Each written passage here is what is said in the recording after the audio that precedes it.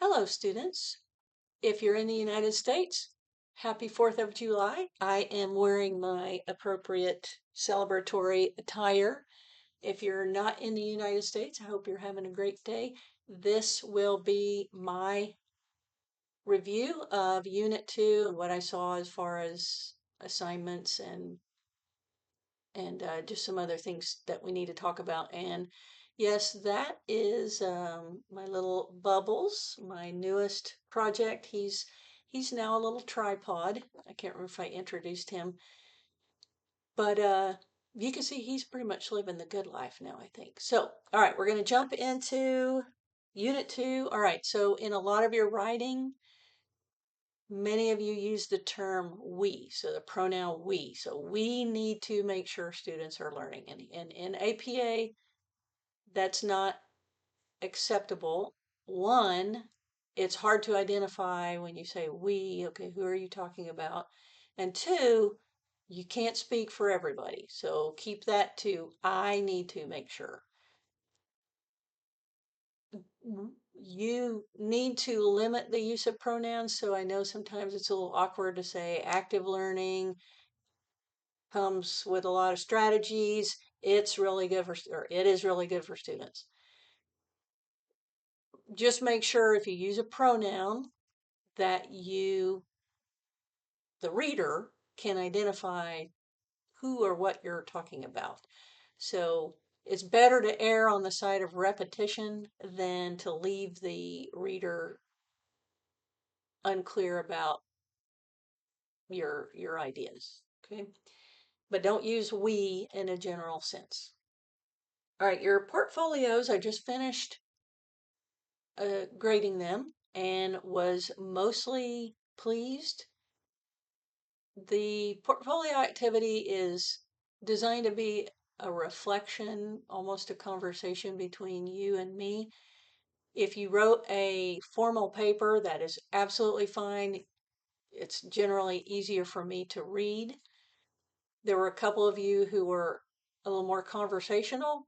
That's absolutely fine as well. If either way, you need to use APA formatting. Now, in Moodle, it's almost impossible to use APA formatting 100%. But since you're writing a Word document and uploading that, you should be using correct formatting. That said, I did not provide much markup, if any, because I wanted to keep the emphasis on what you were saying as opposed to, God, another correction. So doesn't mean I didn't notice it. And I asked most of you to continue to practice your APA formatting to help you learn those rules. If I didn't ask you that, I probably forgot because there were only a couple of you who did a really stellar job with your formatting. And that's okay at this point. Because again, I don't know what instruction you've gotten through your time at UO People. So I am patient, but I should definitely start to see some real improvement here in the next couple of weeks. Remember that in Unit 3 discussion forum, I will begin taking off points for errors in your references. Someone asked a question to the effect, doesn't that discourage us from using sources for our writing? And it should not, because as I explained in my response, the maximum number of points that you'll lose is 3/10 of a point. That's whether you have one reference or 9, because it's really the degree of mistakes. And, I think I can be pretty equitable. I can recognize when, at the graduate level, you should be using a source for pretty much every idea. So if you're writing 500 words and you use one source, that's not acceptable. And some of you have heard from me, like you need to use more references or more sources. But I don't want to discourage you from doing your research, because that's basically why you're here, is to learn how to research and synthesize ideas. So if you limit that research because you don't want to lose points, I would argue that's not the most, I don't know, advanced way, I guess, of looking at that. Just learn APA formatting. And if if I see that you're doing the same mistake over and over, I say, okay, they really don't know that rule, that specific rule.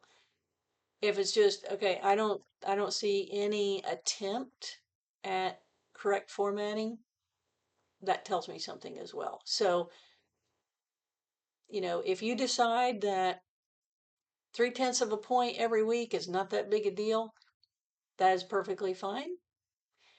But I will tell you that it's going to add up. And at your level, at least halfway through your graduate program, sorry, lost my train of thought because of my cat. So if are halfway or more than halfway through your graduate program, I would assume that you are interested in growing as a learner. And to me, that includes APA formatting.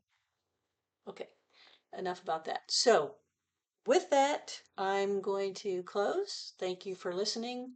And, as always, anytime you have questions, please let me know. If it's a question that everyone might be interested in, please put it in the course forum. Um, oh, and I'm sorry, about points. So not only can you lose points in the discussion forum, you can also, many of you have seen you can earn bonus points for follow-up questions, for an exceptionally meaningful response. You get points for responding to my questions.